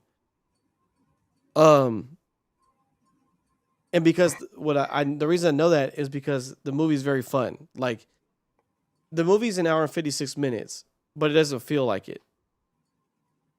It's very brisk. They don't waste any time to do anything in this movie. There's a couple scenes where they're like standing in a circle talking, but it's not very often. A lot of it's the fighting, right? I will say this about the 90s Mortal Kombat movies where I feel like they did a really good job, a better job than this film. And even the first one, I feel like maybe did a better job. But locations, I feel like the world building in the previous Mortal Kombat movies have been better than this particular film. Though we got to see like the acid pool and we went to the spike pit wherever Baraka's from. But it was just so it was so like bong bong bong bong. Even, you know, the Shao Kahn's temple or whatever. And then back to Adenia where Katana's from. I just feel like these worlds weren't as lived in as previous movies gave us. And I kind of wanted that because these stages. They were just trying to get to it, Chris. Yeah, I understand. But like that would be probably my one like big gripe. Like I feel like everything was so like rapid fire that like we didn't get any time to like flush it out. Because like you said with the Johnny Cage thing, bro, he was at a comic convention. Yeah. They pulled on him out of nowhere and they're like, yeah, you're the next champion, come with me. And he's like, what the fuck? What are y'all talking about? Like they get him there and they're like, Sonny's like, no, there's real stakes. You can die in this motherfucker. It's called Mortal Kombat. And he was like, get me the fuck out of here. What? I have no idea what any of you guys are talking about. Right. And then how the tournament works, it just chooses two fighters at random to fight. And he got chosen. He was at a bar drinking. Like he wasn't expecting to fight. And then he gets matched up with fucking Katana the first round. Shout out to Ed Boon, man. So of course he gets his ass whooped. You know what I'm saying? He was dodging for a minute though. Like he was definitely weaving some shit. It took him a minute. But like he wasn't like he was definitely not ready to get active though. I can tell you that. But yeah, I mean they just I think they were trying to just get to it and not try to be so like, oh, we need this for lore. We need all this for like they're just trying to be like. Everybody last time said we didn't even get to the tournament. Let's just make this whole movie like just the tournament, which is what they did. And Shao Kahn, like mask was badass. And what was cool about it was that they didn't make Shao Kahn like this Thanos insurmountable force. Like he was getting tagged a lot. Like even Katana's father was giving him some good moves. Like he pretty much just brute forces his way through every fight. Like he's before the stuff that happens later in the movie, like even without all that, like he's pretty like he can take a beating, essentially. Like you could beat his ass and still he'd be like, if I can just grab your ass one time, that's it. All I need really. So but I like the fact that like he wasn't just like some like, oh, I can just defeat anybody no matter what I do. Like they were beating his ass. Like most definitely.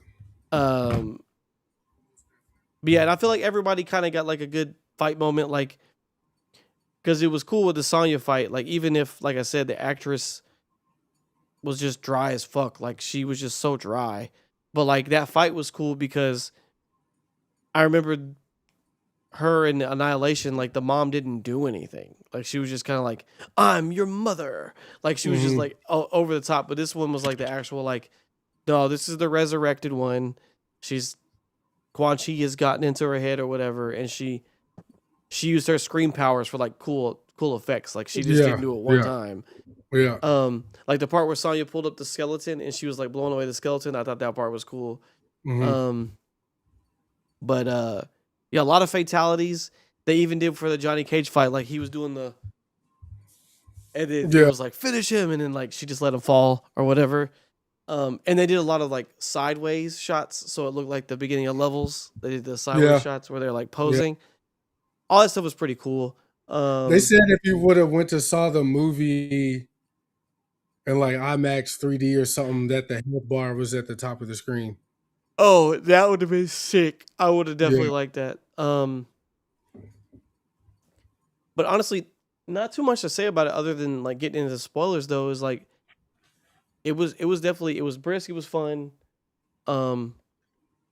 And I think it's definitely worth a watch for sure. Like my Yeah. wife was having, look, and my wife hates gore, right? Like she's not a big fan of like ultra violence, but she does like Mortal Kombat. So she was over there fucking being like, "Yeah, get that bitch." So like she was like saying that shit the whole time, because there was some good fatalities in this bitch for sure. A lot of death, a lot of people died. Oh yeah, I wasn't expecting some of the deaths that we got. Right, but and then But as Don the said, in Mortal Kombat characters never stay dead. yeah, but and then Baraka, what a star of the show. What a random star that I didn't expect to happen was Baraka. But yeah, other than that, I mean, there's not much else to say like as far as like overall thoughts of the movie. I think it was fun, and it'll be fun to discuss the spoilers. So like after now, we're gonna get into like the spoilers of the movie of Mortal Kombat 2. So if you haven't seen it and you don't want to know anything, stop now. If you haven't seen it, don't care, then we're about to get into it. So 3, 2, 1. Spoiler. Okay, so yeah, the big new addition was Luke Cage. I wouldn't say it's his movie though. I would say this is more of a Katana movie than anything. Honestly, You said Luke Cage. Oh, I did. I was Yeah. got Marvel on the brain, man. Spider-Man's Yeah. coming. But I would say this is more of a Katana film though. You know what I'm saying? Because it starts with her like as a child, and then Shao Kahn kills her father, and it's like, "You're my daughter now." Crazy. And then basically, and then when she grows up, Jade is like her bodyguard, trainer, friend person. She calls her a sister, but essentially she's tasked as her bodyguard though. So that's where Jade comes into play. And all the other characters from the first movie are there. They're training, and then like I said, they need one more fighter, and they pick your boy, Dick Punch. And if you're worried if he wasn't going to do the Dick Punch in the movie, he does the Dick Punch in the movie. Yeah, and the sliding kick. Shadow kick, yep. They made everybody's abilities look really cool. The only thing I was kind of like skeptical about with the moves or whatever was Liu Kang's fire. Like he was shooting it a lot and it looked good, but like it's fire, bro. And a lot of niggas was like Shao Kahn and Kung Lao was kind of like, get this shit out of here, bro. Like I don't know if he wasn't doing it like as a lethal or whatever, but it's still fire. Like there's no damage, bro. No, he was burning the fuck out of Shao Kahn though. Yeah, remember, he was like he was immortal at the time. So like yeah, he was basically burning and recovering, but he was like, oh, like he was like feeling the pain. He was fucking him up. Liu Kang, that first fight between Liu Kang and Shao Kahn was like fire. What, in that throne room? Yeah. Again, I like films in this particular instant, like what I expect to happen versus what actually happens in the movie. Like I was like pleasantly surprised. It like what? How do I say? Like, I was like, oh, they did that. Like, I wasn't disappointed in what they did, like versus what I thought was going to happen. Yeah. Because obviously it's going to lead to more story or whatever. But the that whole throne room sequence was fire. Trying to get Again, to the just amulet. like rushed. It wasn't flushed out. Like he walked up on that shit immediately after they split up. Like to me, I'm saying that to say the film was good. It was very good to me. I liked it, and it left me wanting more from the film. So some of these scenes I felt like they could have kind of flushed out. But everything, like I said, was like, let's get to the next part of the thing or whatever. Yeah, because But everybody, the fights don't take that long. Honestly, they don't. They're They pretty don't. good chunks, and then This chair they is very they don't uncomfortable. keep them like over like they're not throwing them through walls like for 17 minutes. It's like they're pretty Yeah. brisk. Yeah. And there's some good little match. Like I said, everybody gets a little shine. I think the only person that like kind of gets sidelined is Raiden because of a plot device that has to happen. Yeah. To make He Shao couldn't fight in Kahn the tournament no way though.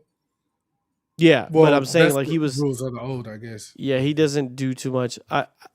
There's two things. Like it was Sonya, her being so dry, and then the other part that was like, I felt like was just kind of like a lob was the noob Cybot shit. Like, because like it was we went through like pretty much 3/4 of the movie, and they're like, Yeah. And you're gonna go to the Nether realm. You need a guide, and then it's like Bihan's alive again. I'm like, bro, what? And then because Noob Saibot's like one of the characters I play as in the game. Yeah. It was just kind of like I felt like it was just kind of like thrown in there, like as like but the Shadow Power is pretty cool though. Not gonna lie. Yeah, they did, even Kung Lao, like his disappearing acts. Like, that shit was the fire. fight with Liu Kang, like that fight is might be the best one. I don't know. Yeah, easily because it's in that portal level. And then just him not being like he's like I don't want to do this, but then like killed that nigga with his own hat, bro. That fatality was nasty, bro. He's like I'm gonna save you, but not today. And he pulls that motherfucker on top of his spinning hat. Ryan said, "What happened to Cole?" Okay, this is a big spoiler. Cole is in this movie for like, he's in the movie. I would say a cumulative total on the screen though. He's probably in the movie for like 4 minutes. He has the pleasure of fighting Shao Kahn in his first round in the tournament. Now, don't get me wrong. He was whooping Shao Kahn's ass, but the problem was Shao Kahn had just become immortal. So basically all the stuff that he did to Shao Kahn is healed. And then of course Cole was like, what? And then that's all Shao Kahn needed. And basically he threw him up, slammed him on the ground, and he smashed his head with his hammer and threw him in the acid pit. Brutal. Done. It's like, damn, that's a way to. And that boy said, give my regards to the dead. Yeah, that nigga said, I hope your ancestors are watching. Are watching. Oh, god damn, blood. But don't get me wrong. Like, they at least let him tag his ass a couple times before it happened. That's what I like Dalton said. That's one thing I told Dalton when I gave him my review after the first scene. It was like, I'm glad they showed that Shao Kahn like can be hit, and he wasn't just this goddamn like he was supernatural. I'm too strong to feel anything. Even though he had the invincibility shit, he still was getting pieced up. Well, he needed it because if he would have fought Cole without it, that boy would have been gone. So. Yeah. But like I said, at first I was like, bro, Cole really not that guy, like for him to be like whooping up on Shao Kahn like that. But yeah, it's more of his like power set because of the absorption thing. Yeah. He ain't had no helmet. So no, he did not. Well, it would have came in handy. You should have manifested that shit. For shit show. But the movie opens up with a tournament, and It's Katana's King father. Jared, which Yeah. is Katana's father, and Shao Kahn comes with his crew, and they fight, and like Don said, they piecing it up or whatever, and obviously Shao Kahn gets the best of them. So Sindel, she started like, fuck this shit, nigga. You just killed my husband. You think I'm finna like bow down to you, nigga? She start piecing niggas up. Shao Kahn get the best of her, or well, they get the nigga she They just piecing up grab get the her. best of Yeah. her. He was like, you need to bow now, or I'm killing everybody. They bow. She look around, they bow. One person didn't bow though, nigga. Katana. Katana. Baby Katana, nigga.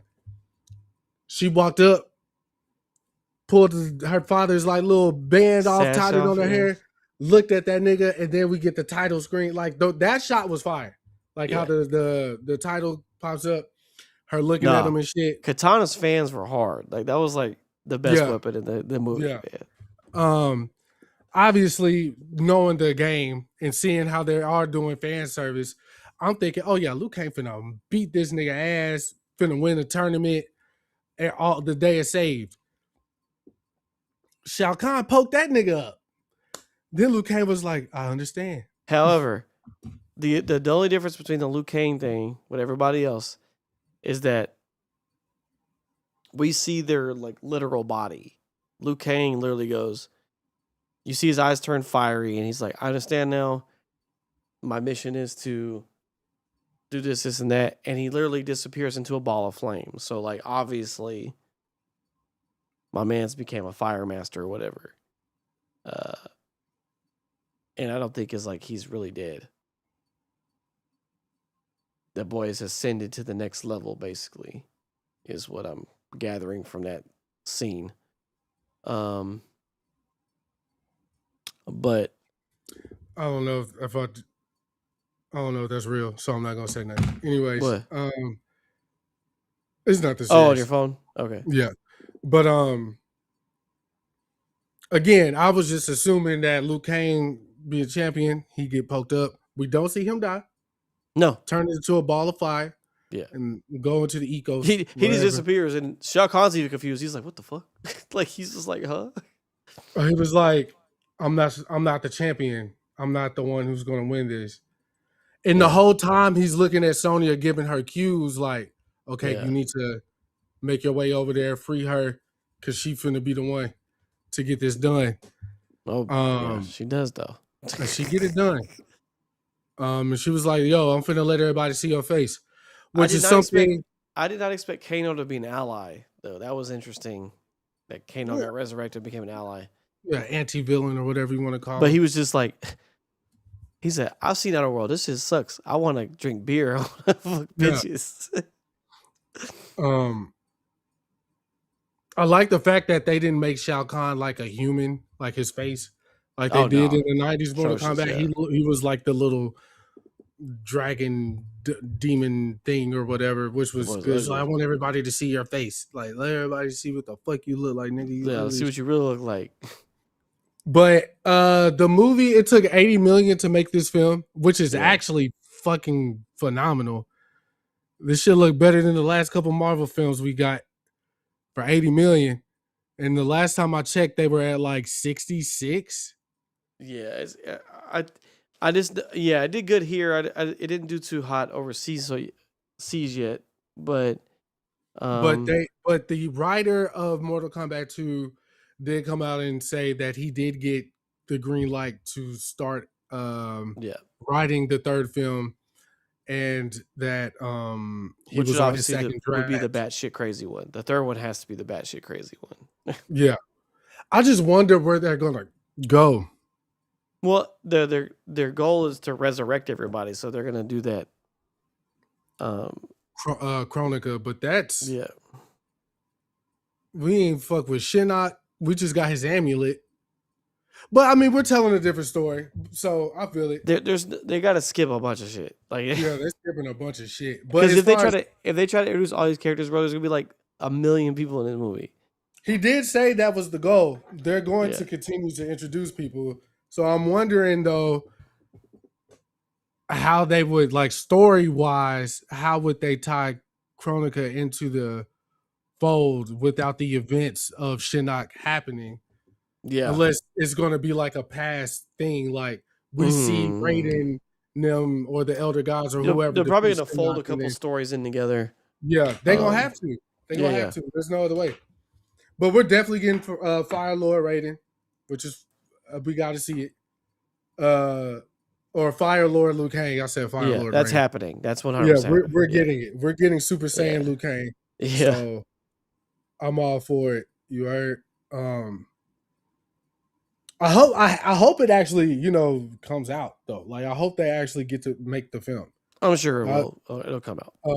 The bigger the film, like the better it'll do. So they definitely need to throw a couple more dollars in there. Let them. The next question is now that we got Mortal Kombat, we have Street Fighter next. So that's going to be a good little litmus test to see kind of where we're going. Well, I mean, watching the film though, we got a couple of trailers I wanted to see. Were you speaking of video games? That Resident Evil trailer, that kind of step. It's not like the game at all. Yeah, it's the dude who made Weapons. So he's making it like an all original story. Yeah. Is that something you think you'll be interested in going to see or what? Hell yeah.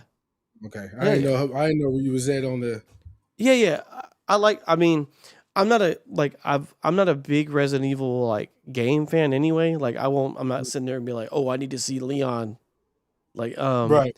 Look, I guarantee he's probably gonna throw a character in there like at some point to be like, oh look, they're here. But like, the game, I've only played a couple of them to completion. 4 I played the fuck out of. I think I played 2. I've played 2 as well, but like, but then again, I'm not a big like horror game guy. Yeah. So like, and plus, that just wasn't my bag. So like, I've only played a couple of them. But I'll definitely see it for sure. I'm super interested in what they do with Street Fighter. How much of it is going to be? Because you're a Mortal Kombat guy. I played a fuck ton of Street Fighter growing up, but the game, the fighting game other than Smash Brothers, out of the big ones would be Tekken. I play way more Tekken than Mortal Kombat and Street Fighter. Like, as far as game difficulty goes, out of the big 3, I would say Tekken, Street Fighter, Mortal Kombat. As far Street Fighter's the hardest. There's not a question. It's harder to play than Tekken? Yeah, 100%. There's no question. Tekken. If you're talking about like Street Fighter 2 Turbo and like Street Fighter Alpha, Street Fighter, like those games, like, yeah, not even close to the spatial, like, it's not even close. The hitboxes on Street Fighter are stupid. They're so dumb. I'm not talking like Street Fighter 6 corrected a lot of that, like the newer one, because you can pick like an easier way to play with like one button combos, but nah, the Street Fighter is definitely harder than both of them. I always had Tekken a little bit difficult than Street Fighter, but you might be right with Street Fighter. Tekken, I would say Tekken would be number 2. But the thing with Tekken though, like, because Street Fighter is that no matter what character you play, you have to learn how to play as that character. And Tekken, you can kind of cheese a little bit with some of those characters. You can just like you can cheese in Mortal Kombat with certain characters. You know what I'm talking about, like, yeah, for sure. It's easier. Like you can pin people stupid easy in Tekken. Yeah, like Ryan said, you can 3D fighters, you can button mash. Street Fighter, well, like if you start button mashes, you're gonna get tagged. Like you're gonna get fucking your ass beat. Yeah, because these motherfuckers come with those fucking game pads. You know, with the joystick and the buttons. Steph's homeboy. Yeah. Yes, but these niggas, they the first people that mentioned hitbox to me in my life. Yeah, And I so was like, what because the fuck are you in talking Mortal about? Kombat, you're not really thinking about that, right? Like Street Yeah. Fighter, you have to, because if you miss in Street Fighter, you're probably gonna get destroyed. But Yeah. Street Fighter is what, and the one thing, like Mortal Kombat is a 100% American thing, right? Like that was our fighting game. Was Mortal Kombat. Street Fighter is a Japanese property. And I would say, like, depending on who you ask, like Ryu is like a highly recognizable character, like Yeah. right. I feel like Street Fighter has a lot more. Is going to be, I think, more appealing to a global audience than a Mortal Kombat would be, which is why I think. So I think Street Fighter might do the opposite. Like it might not do well here, but it's going to do big globally, I think. But Big's a. It's gonna do good because of who's in the film, though. I think it's going to do fine. I don't think it's going to do no Billy or anything like that, of course. But like, yeah. I am interested to see what it does, and it looks very colorful and poppy and stuff. I'm curious to see what it ends up being, because they do have a lot of characters in it. The nigga playing Bison is questionable, right? Because he's a great actor, but who knows what that means in his action sense, right? Yeah. But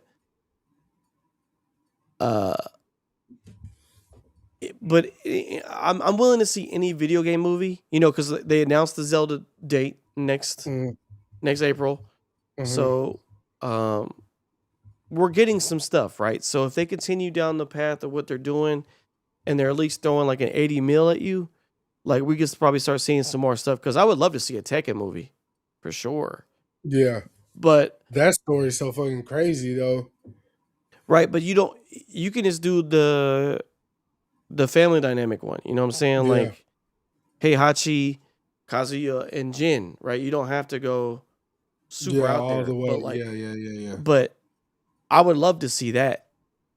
Like, not because they have one, but it's like a fucking bullshit ass low budget movie. But like a proper one, I'd be interested in that.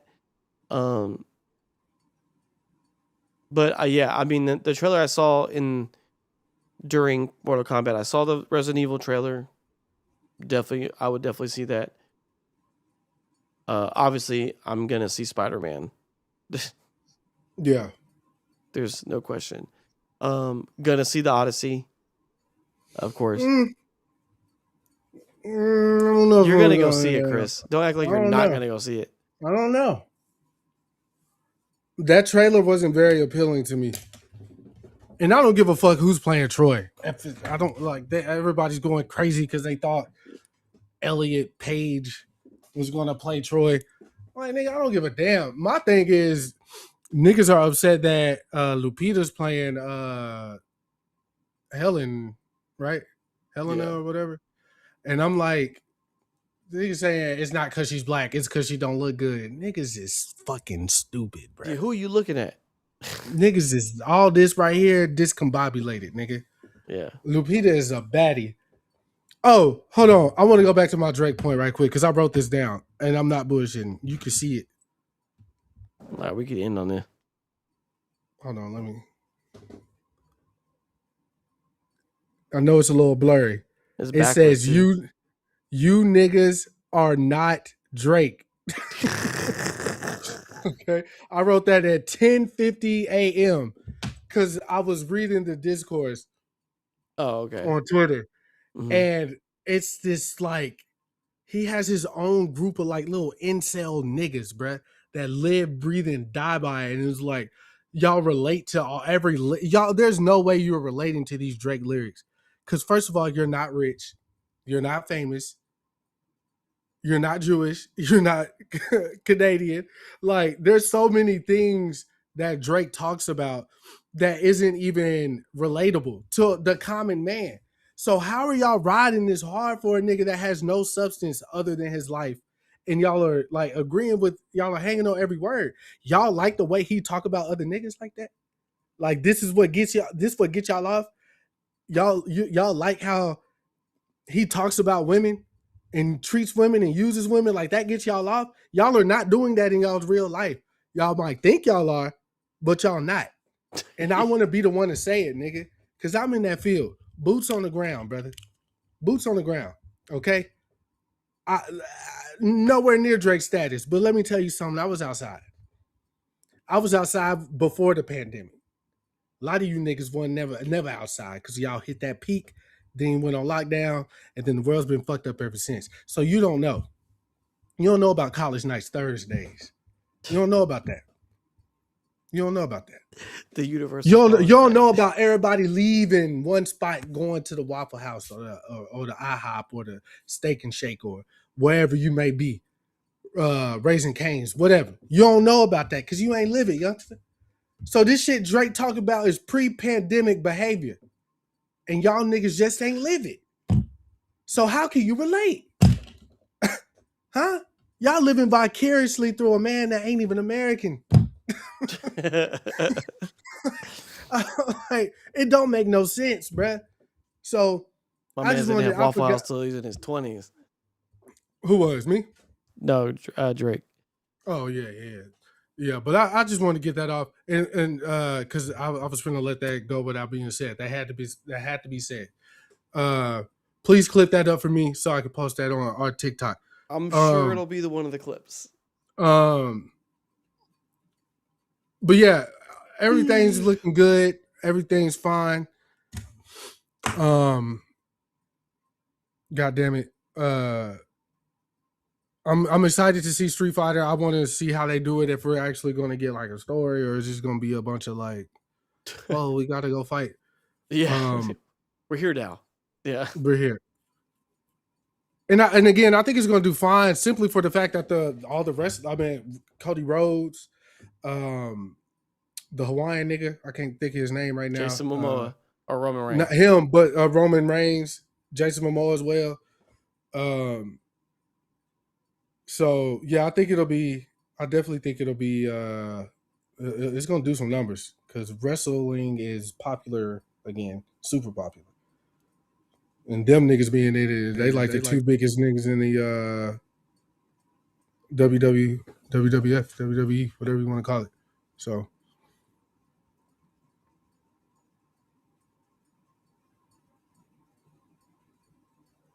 wait. I didn't know what happened. That shit popped up again. I was trying to cancel. Oh, yeah. Word. But yeah, man, that's all I got, brother. Me too. I'm tired.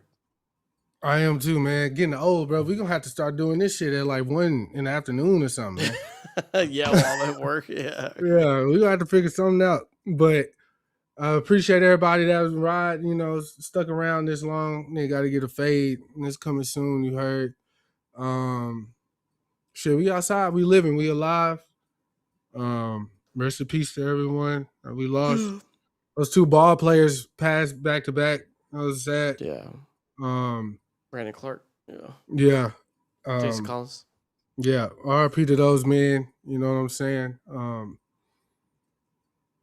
yeah, bro. Peace, love, and chicken grease, I guess. All right, man. Do your